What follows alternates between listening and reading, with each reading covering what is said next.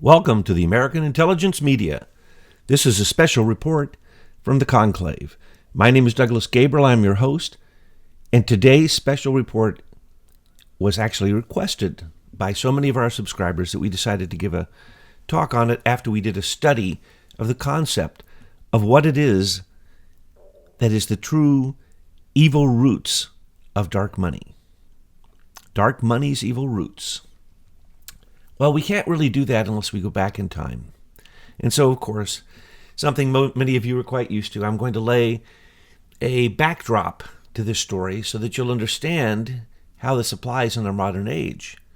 And when you do, and you relate it to what has been forgotten about what history can teach us, then we will truly see what it is that drives the being of money, because it is a being. It is, in fact, an evil being.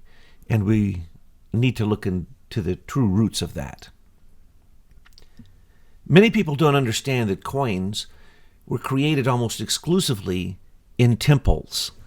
Whether they be temples in China or India or Greece, it doesn't really matter. In those temples, coins were struck. As a matter of fact, they were the minting source of those coins. And those coins were oftentimes used in the temple itself.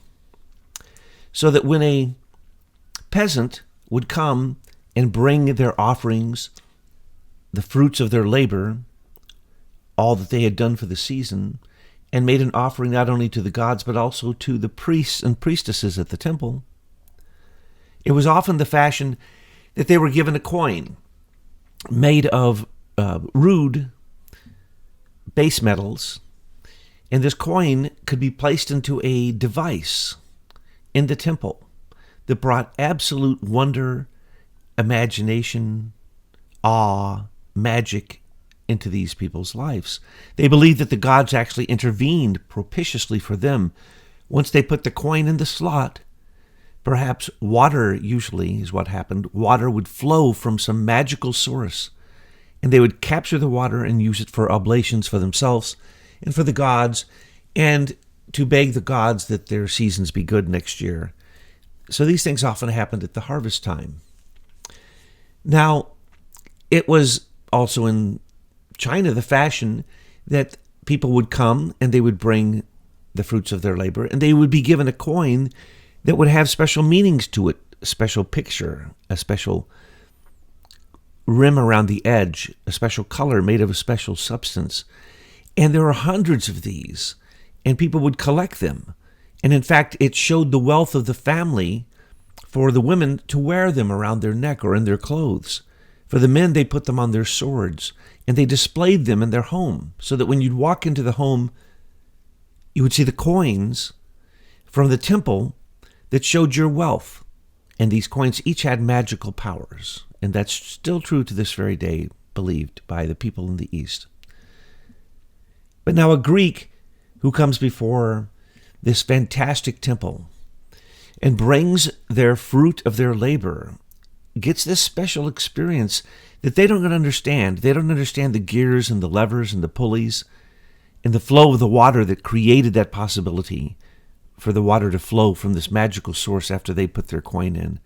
But we need to remember that it was that magic related to the coin that had a direct connection to the spiritual world, a direct connection to the gods that would control their harvest, the gods that would control whether or not next year they would have greater fruits of their labor or not. So we cannot really separate that offering and what that means from the coin itself. And the second that we do is when evil enters.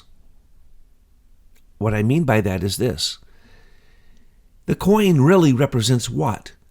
The accumulated, crystallized fruit of the labor of this person who comes to the temple, who is actually, at that point, the temple was the bank. It was the place they stored their extra grain so they'd have seed for the next year. They minted their coins there. They had usually priestesses who were the direct connection to the spiritual world, but it was controlled in Greece by, of course, men. So it was men who stood in between, mitigating between the gods and humans, and in a way almost giving a tax to those who came and would offer the fruits of their labor, the congealed evidence of the fruits of their willpower, which is what money really is. And we'll get to that in a second. But their willpower was embodied in this. And their will wanted to connect with the spiritual world, get the blessing, and go back to their home. Well, the priest basically charged a tax. And this is what then became common in all of the temples throughout the world in that time, approximately from about 800 BC on. It was a male-dominated priestly culture where they actually created coins for a variety of purposes, almost as the Catholics would call it, indulgences, or a direct connection to the spiritual world by holding these coins. But also, the coins are offered up as the willpower of the human being, and that is the sacred moment. And if we understand that the money that we use even in our modern age is basically crystallized willpower. And if we could keep it that way, that would be fine. But the second that you take that crystallized willpower of human beings and turn it into derivative banking or credit default swaps or the New York Stock Exchange, those are all gambling casinos. And there should be no gambling. So once you take the crystallized will of the human being and you strike it into a coin that has some value, whether it be a spiritual value, a meaningful value to the people who gave the fruits of their labor to get that coin, or whether or not it is of some precious substance, so that in fact you are basically trading a commodity in the old days when you were trading coins. But those coins were long after the use of the temple. It was only later that coins started to be struck with the face of the leaders of the time, the leaders of the cities, of the different areas, of the different nations and the countries. And these different struck coins meant something in that kingdom. They may not mean anything in another kingdom, but if they were of gold or silver, then they could be traded for their value, their face value, without the real meaning of the imprint of whose face was on that coin. So it at first had to do with the face of the gods was on the coin. Then it became the face of humans and leaders, rulers, representing kingdoms. And then this, of course, turned into our modern age when we no longer use coins, or we back our paper fiat currency with gold or silver or any type of commodity that is actually tradable, that you could barter with, that has a fixed value. So we've separated from coins and from money the true meaning that it is the life blood of human beings, and that we agree to crystallize it into something that has a agreed upon value. Well, that has to do with the culture. But the real meaning is, when we talk about money, we talk about the willpower of the human being. Now, that's how it related to temples, and that's how it got started. And so the conclave, the reason these special reports are given is because when the conclave comes over and they eat all the cheesecake, all the desserts, all the cappuccino and the espresso, and drink all the coffee, then they leave me here alone at the studio to report what it is that they, in their brilliant minds, came up with. So that's what I'm giving you. So the first thing I had to do was lay the archaic background to show the relationship of the human being's willpower to being connected to coins, instead of their willpower being connected to the seasons, their fruits of their labor, the seasonal relationship to their gods and the divine world, and coins that directly could make a seeming contact through these magical machines inside of the temples that would bring them holy water because the coin is inserted in the slot in the right way. This is the beginning of the allure of machines also, and of the magic of what the temple was trying to do with showing that their willpower, that they had a secret knowledge that they wouldn't show the common people, but they would tax them to use it. And it was that tax that also was the mitigating force to be the propitiation of the priest standing and offering what it was that the peasant was bringing to the gods because of their direct mediation. So we should not separate money from the temple. And to this very day in churches, we're going to talk in a minute about the four corners of America, where you can find on one corner a church, on another corner the store, on another corner the gas station, and on the fourth corner just about anything you can imagine that money can buy. But when you look in America, you always have what it is that is the evil that money can buy presented to you on every corner, on every street corner. And this is absolutely amazing. You could go into these stores and literally find not one single living enzyme that could bring you nutrition, and yet the store has 10,000, 100,000 offerings of what they would call food. But it's not food. It's poison. And so as soon as you get away from the temple, in today's world, you would get into what? Cigarettes, alcohol, the gas station on the corner. Well, that's to give you your fuel, your fossil fuel, so that you can drive around, and that's another addiction of Americans. And I'm talking about addictions that have been created for us all of our life, where we can get the sugar to kill our liver on any street corner in America. We can get those cigarettes, by golly, we can get the gasoline. We can get a preacher telling us to put that coin back where it belongs, into the temple, into the church. We can get a priest, a Roman Catholic priest, who is a pedophile, to say, yes, please give me the money. I know what to do with it. You see what I'm saying here? The second that you separate coinage, money, the representation of the human willpower, from the divine, it leads into one place and one place only, and that is hell. Those are the stages of the seven deadly sins. And money, as we're going to describe here in a minute, as the source of true evil, leads you down the path of the seven deadly sins. The moment you look over and you see somebody with a nice car, what do you get? Jealous. You get, you want it. So you lust after it. And if you got it, what would you do with it? You would greed. You would be so greedy with it. You would hold it. And pretty soon if someone tried to take it from you, you'd become very angry and filled with hatred. And so the path is a sheer path to hell. Because the minute you get power, in other words, stored up human energy, let's say a whole stack of gold coins, it goes to your head. Power corrupts, total power corrupts totally. And when you're dealing with money, give anybody $10,000 in cash and see if they're going to be honest. Anybody. I don't care how rich they are. Just say, oh, here, hold this for me. And don't come back. See what happens. Money is Mammon. And that is a Canaanite god who is one of the most evil of all. And the Hebrew people were told not to associate with this god, and yet they did, and they developed usury.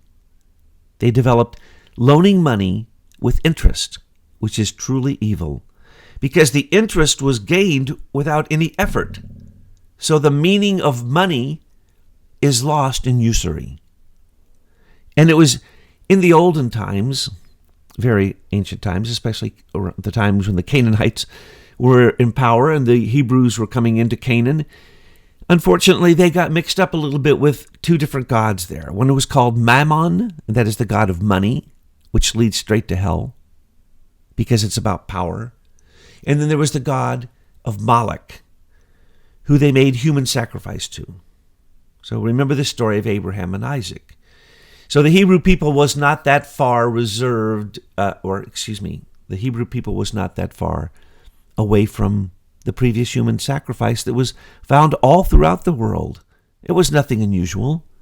It was absolutely nothing unusual to take your children and to offer them to the god Moloch, who had the head of a bull with huge horns and hands raised up to hold the child, to hold them in the flames, and to literally make a burnt offering of children. And people think pedophilia is bad. This was only a few thousand years ago. that we were still having human sacrifice all throughout the world, especially in the patriarchal culture. But even back further than that. Human sacrifice is directly connected to stealing the willpower of the person you're sacrificing. So when the evil priest kills the child or a young adult, they steal the energy of what would be the living force of that person, really their money for the future, and they try to grab that force at the moment of killing them.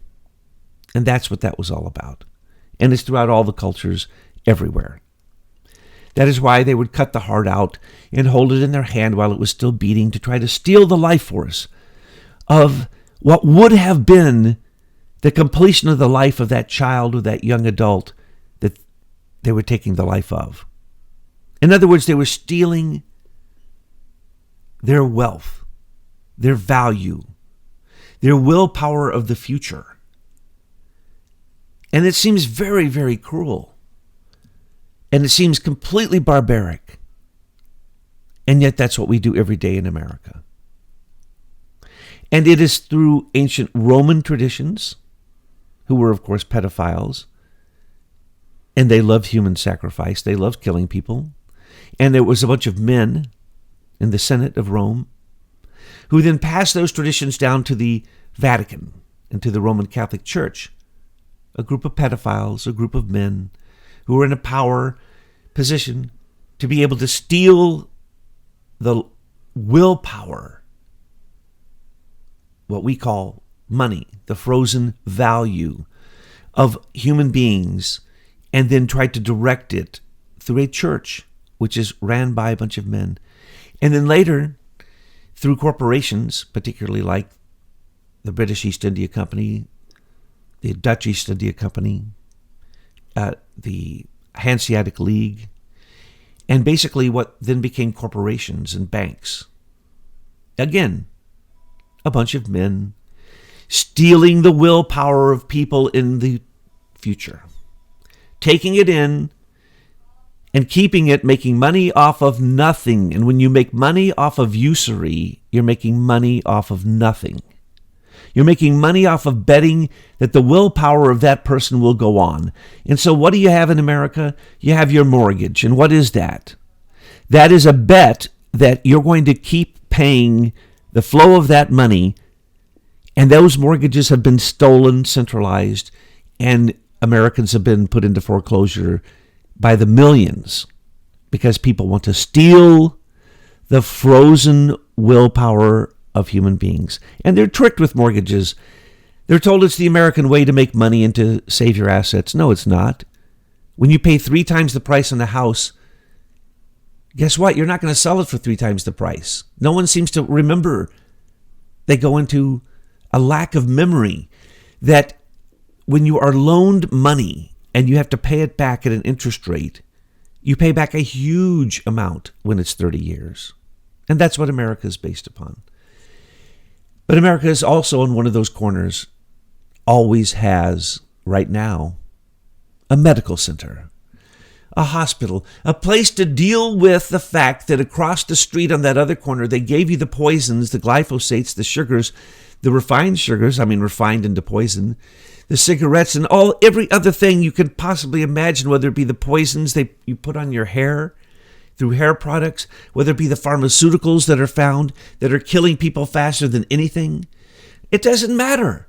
You're going to be given bread and circus because you're a consumer. And they're banking. As long as they can keep you happy, you're going to have a flow of money. In other words, your willpower, your future life, they're banking on. And basically, they're banking on the taxes they're going to charge you for the future. And so money has become so incredibly divorced from its original pseudo-divine intention that we cannot even see that standing right there with the manipulation of money, and for instance, in America, living on the fiat credit of the American treasury system? I mean, this is absurd. There's nothing backing up our paper fiat money. And yet, the only thing you could say is really backing it up are the future taxes of Americans. What they're going to be taking from you, no matter what. Even if you owned your own property, it doesn't matter. You still have to pay taxes. You have to pay taxes, taxes, taxes, taxes. You can have all these taxes paid that are all calculated. They can estimate with actuary charts when you're going to live, when you're going to die, how much you're going to make, where you're going to live, how many times you're going to move, how many children you're going to have. They can all be calculated, and they're all bet upon. You are what they are betting upon. Your ability to get up and go to work, pay your mortgage, go to that one corner and get your food, go to the other corner and put it in their banks where you have we won't even go there yet, or spend your money over there at the medical center, or go over there to the church and make sure that you give it to, in many cases, a person who is preaching morality but is not living it. The divorced coin from the temple. And the bank will tell you they're the temple. And the grocery store, pharmaceutical store, will tell you that they're the temple of consumerism. And the medical center is going to tell you they're the temple of your body. They're going to take care of your body. They're going to make sure that on one of those corners someone is destroying your body so that they have a good business on that other corner. And this is what happens when the being of Mammon, the Canaanite god, was let loose upon the earth with untold child human sacrifices. And unfortunately, that bled into the modern age, not only through the Hebrew people, but through the Lombards in Venice, who helped fund the Crusades. And when they found that they could fund both sides of the war, and in the end still get back their boats and a lot of their equipment, and they can do it again and again and again, it was found out by the bankers of Venice, who were, of course, acting with usury. They were putting interest upon these loans. They loaned out the money to start the war on both sides of the war from both sides of the different countries. They outfitted both countries, and then they benefited at the end. And this was such a genius thing with these banks that when the Crusades ended, they couldn't stop. They went to northern Germany, and the Hanseatic League and many other groups started basically being merchants and having entire fleets of ships for trade. Because at that point, a very major part of commerce was how much of the spices of the East you could bring back. How much of the silk, how much of the refined materials of the East could you go and get and bring back to Europe? Well, the Germans started that off, and they were the bankers. They eventually moved to Denmark, and then the Dutch East India Company, as one of the first corporations, along with the British East India Company, literally became more powerful imperialistic forces than nations, the very nations that were their mother homes. And that has led to this very day. Corporations have been completely acting in a way with complete impunity from any nation's rules, and they have been merchants with a sword. And to this very day, the Dutch East India Company and the British East India Company have simply metamorphosed into new forms. And as we find the ratlines of Mammon, the god of money, the god of greed, the god of evil, the god of this world, the god of absolutely compassionless usury that drive people into the poorhouse or to their death. This has been the driving force behind all money, because we have divorced money from its true spiritual nature.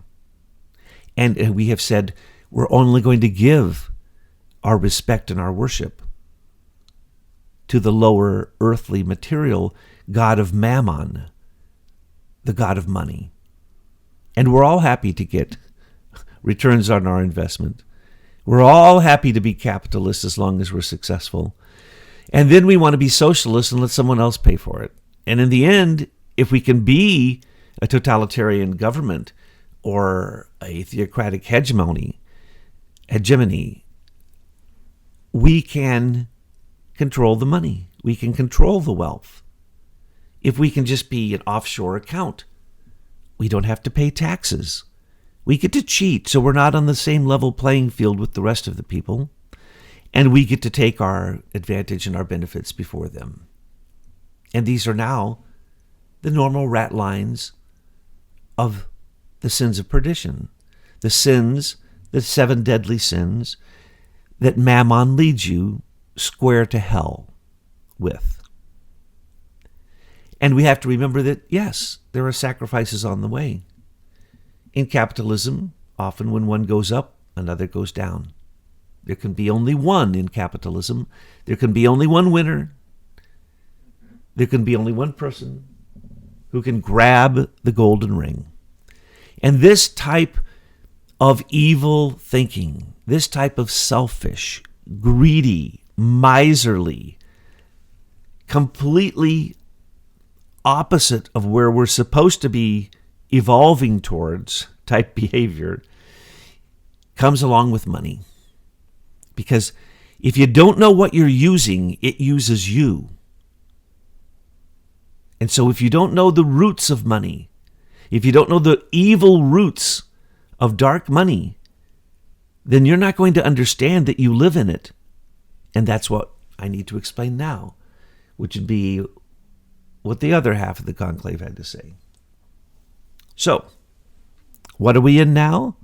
We have been asked by many subscribers to please describe to everyone what it is that Thomas often refers to very quickly and then moves on. And that would be, how do you stop dark money? Where is it? Where does it come from? And how can you control it for the good? And so we've laid the foundations of where it came from. How you control it, that's up to you. And that's the evilest part of all. There are many cabals, the Trilateralists, the Bohemian Grove, the Bilderbergers, the Council on Foreign Relations, the Royal Institute for International Affairs, and each and every person in there is acting for themselves. That's what you need to remember. Is evil organized? No. I mean, they look organized because they're clever. They're organized against their enemy, but everyone's their enemy. When you're in an evil cabal, you still want to make more money than the person next to you. That's just the way that it is. And so, what drives the evil cabals? Those would be the individual, greedy, lustful, unstoppable desires of jealousy and greed that each and every person is challenged with each and every time money flows through your hands. And when you're responsible for money, and when you remember its original connection, then you have what you need. Perhaps not what you want, but you certainly have what you need. And this is the problem. What is it that we want? Nowadays, because we're shown everything that all the richest people in the world can have, we want all of that because our eyes saw it. And of course, I want a $100 billion yacht. Why not? I want one with a helicopter that lands on it and a boat behind it that's bigger than any boat I've ever been on. And then I just want to sail around, and act like I don't have to pay for the gas or anything else. Oh, that's right. That isn't the way it works for anyone. Anyone driving one of those big boats like Oleg Deripaska, people have died so that they can have those capitalistic positions, whether in Russia, America, Britain, or wherever you want to look. When you look at the filthiest rich people in the world, they're often arms traders, pharmaceutical drug traders. They're participating in illegal activity. And why don't they stop? because the systems that were created were the same systems used in ancient Rome, ancient Roman Catholic Vatican City, the city of London and other places like that, economic centers, Washington, D.C. It hasn't stopped. It's still going on, the same exact thing. Old boys club in charge, and the taxes are everywhere. Like the Clintons, they charge a tax on everything that is a big rat line of money flowing. They get their piece of the pie. Why? Because she's the queen right now, and he's the king of that type of capitalistic evil, along with George Soros, who is really creating the Fourth Reich in Germany, along with Angela Merkel.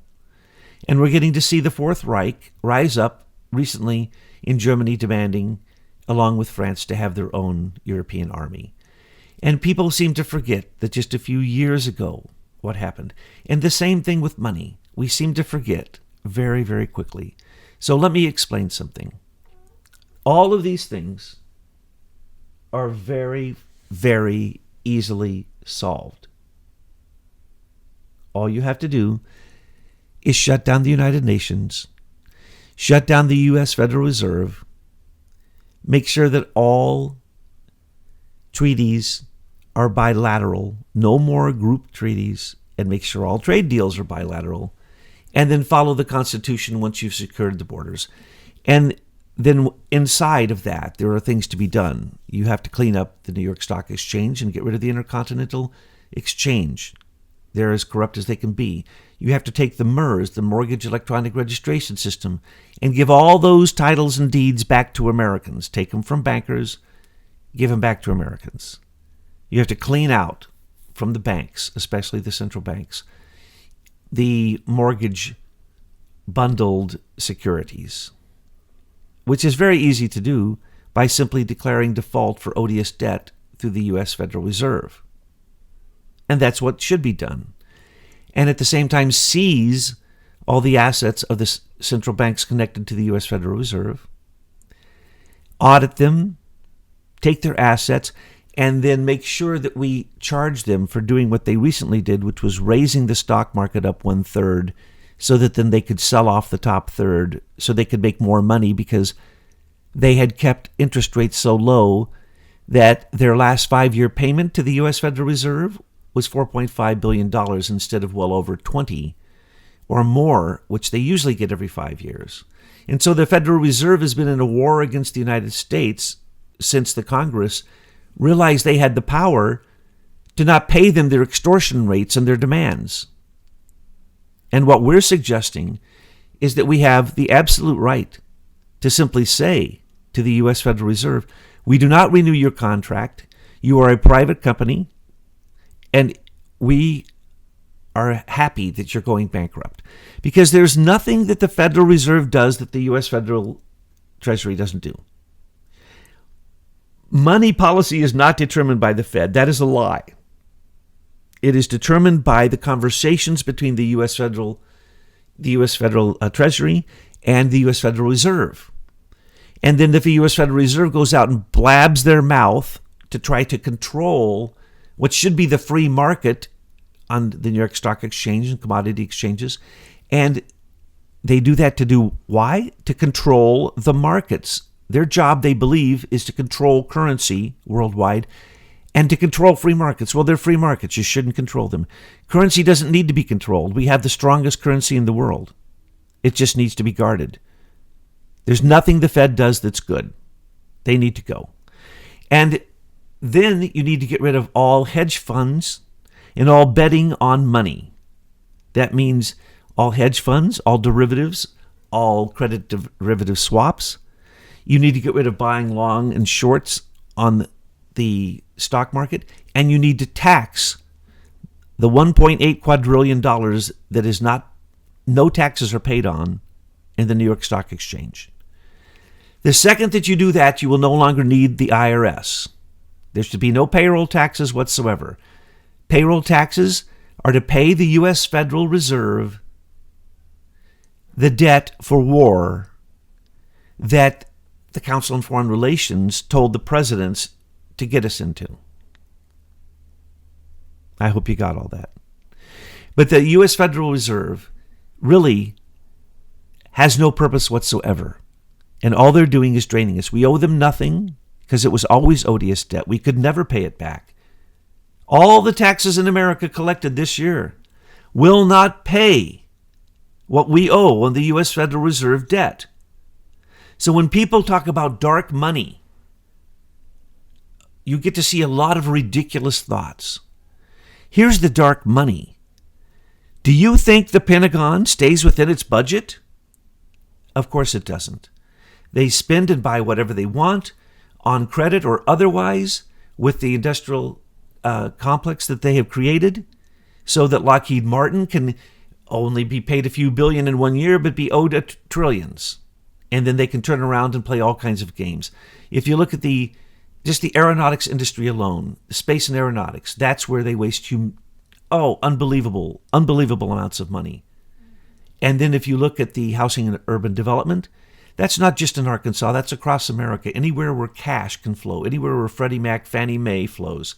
And remember, that dark money that was taken in those false foreclosures by Obama was then turned around and given to non-government organizations, which are also given money from Open Society, George Soros's organization. So in other words, Obama literally fleeced America with dark money taken from Americans from foreclosure and many other things. When the SEC charges a corporation for their illegality, when a bank is charged for their hundreds of billions of dollars of illegal support of drug cartels and so on and so forth, they get charged huge amounts of money. That doesn't go back into the budget.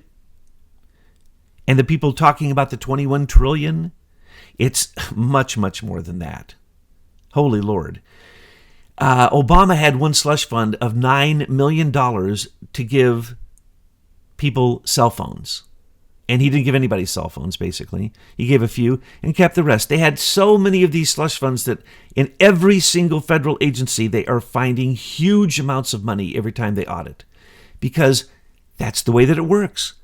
When you have the senior executive service members, what we call the shadow government, in these positions to determine where the money goes, of course they're going to send it into little eddies of their favorite friends, and then they get their piece. They're going to drain a little bit of that flow of cash. They're going to see if they can bank it up over here and move it over here and change the course of that river.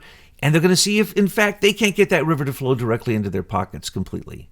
That's what globalism is. That's what the United Nations is. And we'll explain that in a minute. But what we really have here is the worship of Mammon in America that is unbridled, so that it doesn't really matter whether you have morality. For instance, let's talk for a moment about the United Nations. After World War I, which Woodrow Wilson said he would never put us into, he didn't know what he was doing, so he got together the richest oil barons, the Rockefellers and their lawyers. He got together J.P. Morgan and his bankers.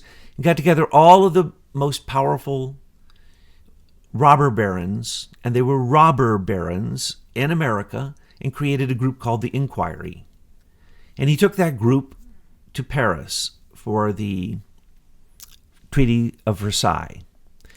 And there were backdoor deals done, Sykes-Picot and others, where they divided up the world and economically decided they didn't care what the people in the land want or who they were. They just wanted their resource and their wealth. And so during that time, Woodrow Wilson's group brought back the Treaty of Versailles, couldn't get it ratified in America, and couldn't get the League of Nations ratified.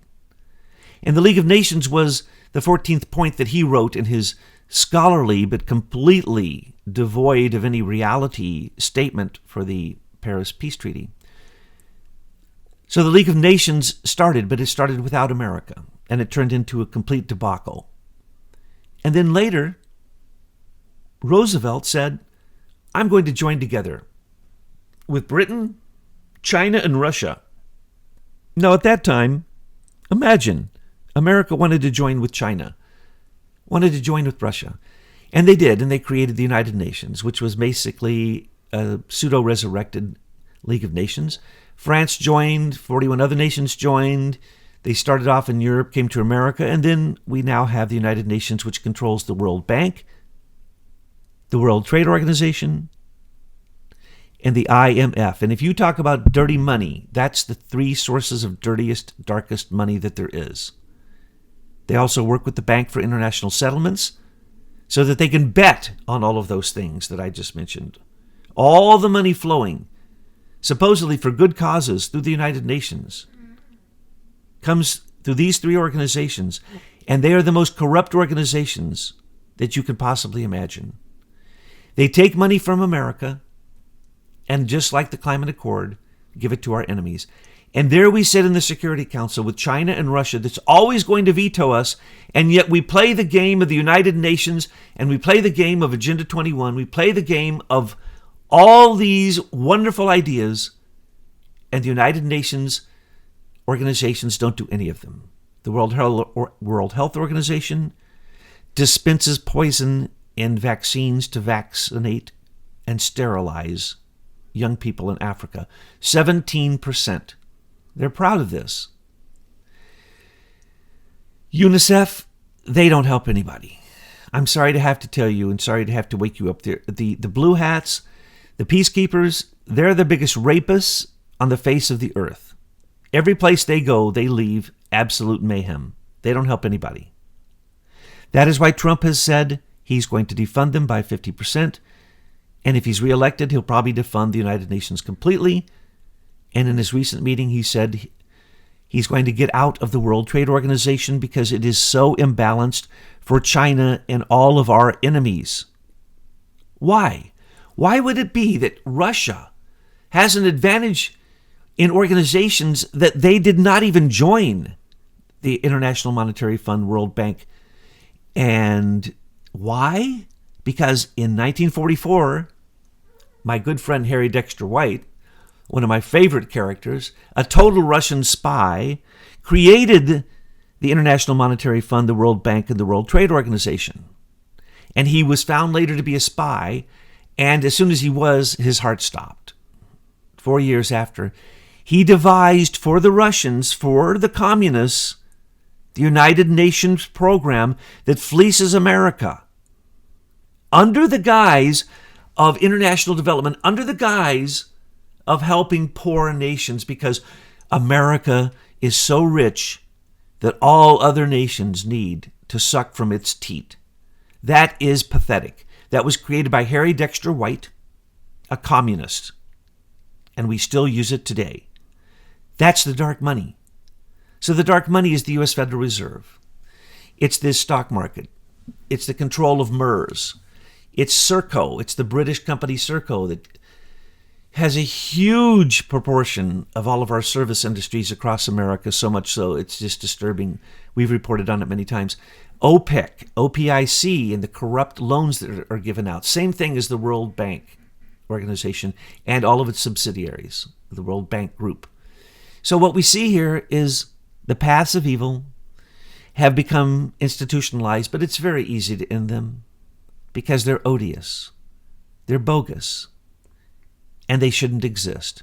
We should go back to local banks working from people's real estates instead of the savings and loans debacle that ended the savings and loan corporations in America, basically. We need to take the power away from international continental exchange, which absorbed Enron's evil energy fake notes on futures that were being written. We need to end the betting on commodity exchanges. We need to end hedge funds, offshore accounts. It's very easy to do. You simply enforce the law. None of these things actually have any basis in legality. And when you look into them closely, you're going to find they're so rigged that it makes you want to vomit. Why? Because Mammon, the god of evil, the god of money, is a god who wants to literally steal your willpower and steal the willpower of everyone else in your environment. And if you have to sacrifice them as human sacrifice through wars, through vaccines, through living on a prison planet, through being slaves in an economic environment, well, then so be it. Just as long as the globalists make sure that they get their lion's share of that pie. And we were so close to that happening, but now we see Trump closing down all of those things. And we see our list that we gave him from the beginning. Every single thing on the list he's working on. Bankers should not be brokers, period. And if we want to get into stopping the illegal money for election fraud, have term limits. Have all money be public funds. These things are easy. You simply pass a law. It changes it radically, and the corruption will leave. When you get lawyers out of Washington, D.C., there will be no need for all those federal courts. And you will actually let the federal government do its job, which is to protect its borders, protect us in war, and to strike treaties that have to be ratified by the Congress, not by Obama signing every single United Nations treaty there was and never being ratified, not by a George H.W. Bush who went to war with Iraq based upon a UN resolution, not a George W. Bush, baby Bush, who went to war with Iraq based upon somebody whispering in his ear, Al-Qaeda just wrecked planes into the World Trade Center. And he comes out and literally, seconds later, after being whispered in his ear, tells us that. That's because he was part of it, and his dad conducted it. And Dick Cheney was in charge of it that day. So why? That was because of money. There were 15 investigations that were completely ended at that point. One of the biggest ones would have been the Durham-Brady bonds used by George H.W. Bush and his Vulcans to take down Russia, which had come due the day after 9/11. Isn't that convenient? And Cantor Fitzgerald, the place that held those bonds, first place that was hit. So we aren't going to go into the details of that, but we can tell you that there were at least a dozen different huge economic investigations going on that were simply swept under the rug after that, and only terrorism led by Robert Mueller and John Brennan distracted everybody from all of the crime that the Bushes had created and focused it strictly on Al-Qaeda, which the Bushes had also created. And don't forget that. Al-Qaeda, Bush was so close to the Saud family that he lived there half the time after he was the president. Half of his life he spent in the Saud Palace with his skiff, with his own secret information center that, of course, he used to run the Carlyle Group and become a billionaire and work with Adnan Khashoggi with fake Barrick gold, fake gold notes. And when you talk about corruption, it used to be with oil and gold.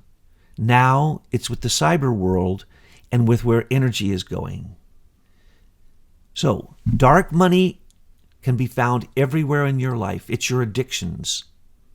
The god of Mammon is your addiction. And whatever you do, that's what you're addicted to. Maybe you're addicted to praying. Maybe you're addicted to going to church. Maybe you're addicted to just helping people. Maybe you're addicted to just loving people. Maybe you're addicted to cigarettes or sugar or bad food or eating food without enzymes or basically being any one of the 7 deadly sins in all of its many thousands of ramifications.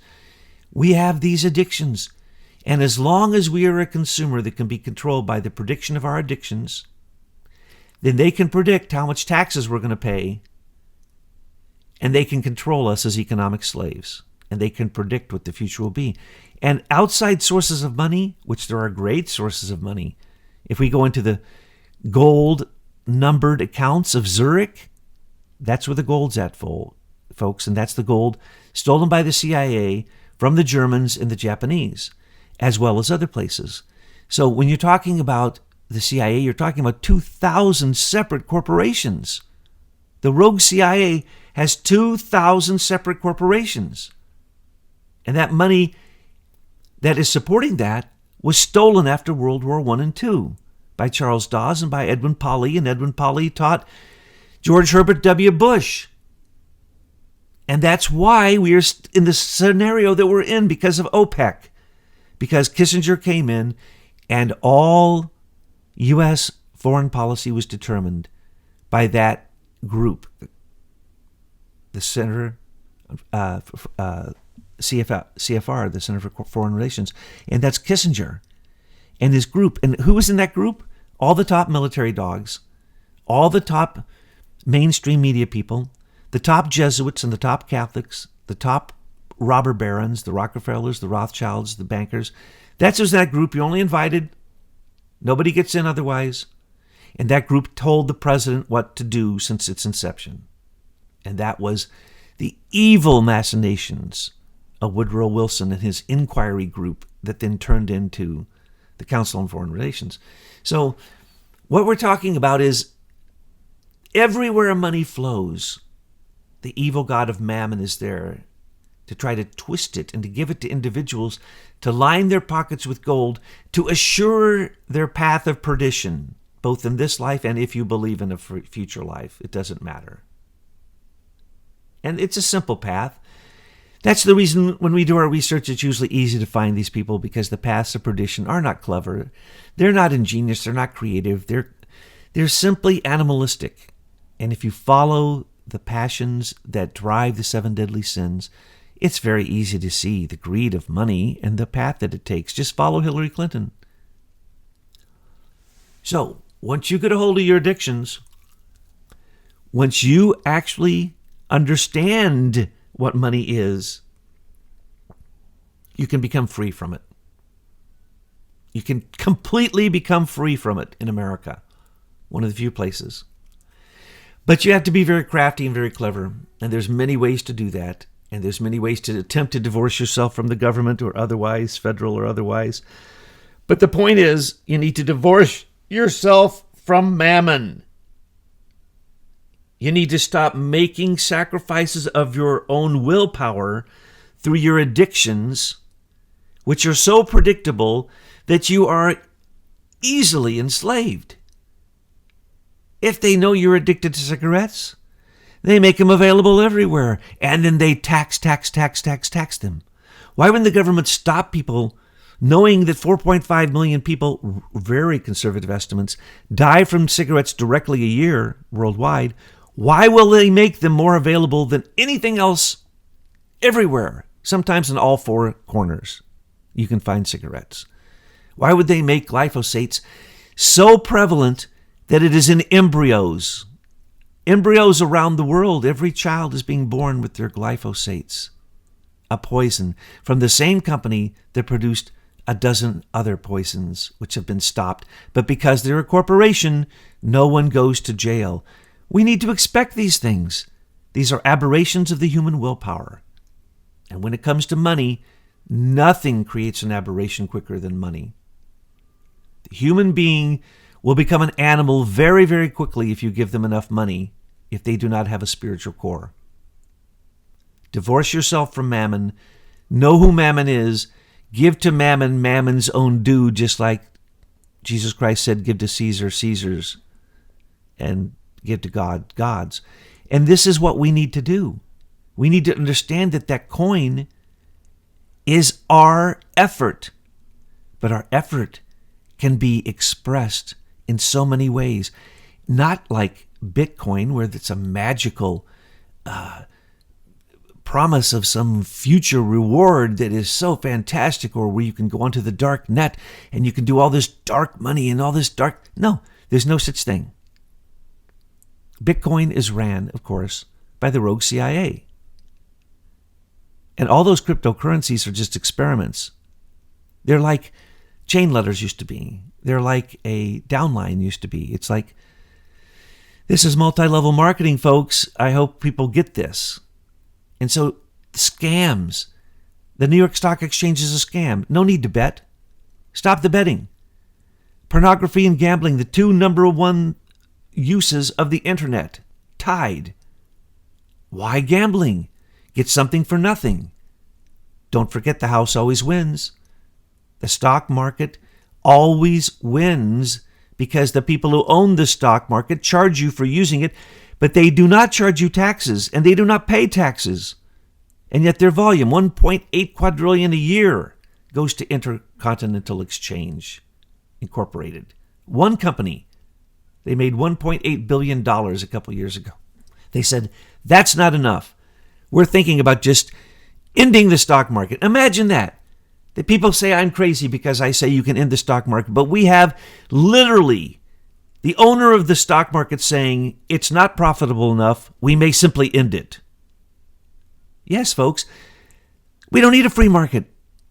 We absolutely do not need a New York Stock Exchange or a commodities exchange, and we certainly don't need all of the gambling that arises from it with hedge funds that don't pay taxes, with all the betting on credit default swaps, $780 trillion in credit default swaps, owned 80% by International Continental Exchange Incorporated, the same people who own the New York Stock Exchange and the commodity exchanges, CME and the others. One company. But that company can't go bankrupt. They have a special deal with America called Seed and Company. So it is bankruptable. It can't go bankrupt. It's unbankruptable. It is bankruptable proof. Does anybody ever tell anybody this? Before you put your money in the stock market, they should have told you this, but they didn't. So keep your money simple. Keep your money clear. Keep your money connected to your human willpower. Do what you love and transform that. And if you're going to be a capitalist, then be a compassionate capitalist. And when you become filthy rich, please be a philanthropist. Otherwise, you are really going to pay karma. I feel very sorry for people like George Soros. And understand, work your hardest to understand what human willpower really is in the world. And then you will know, for instance, one human can create a patent worth $5 trillion. Okay? One person. So when you're talking about money, money is not what you think it is. Money is the willpower of human beings. And a human being has enough willpower that nothing can stop a human being from getting to their goal. And so do not let money, in any sense of the word, or the evil god Mammon, or the worship of Moloch, which is oftentimes the case with so many of these people who are wealthy. Don't let any of that taint you. Understand it. Pray that it ends, but realize that you are the homeopathic remedy for the world. If you can have integrity, you create a crystalline form around which all the rest of the crystals can then form perfectly. If you can be moral, so can the world. And that's the answer to dark money. And that's how you overcome evil. And Mammon cannot stand in the presence of love and compassion. And that is the way that we will conquer the dark side of money and its evil roots.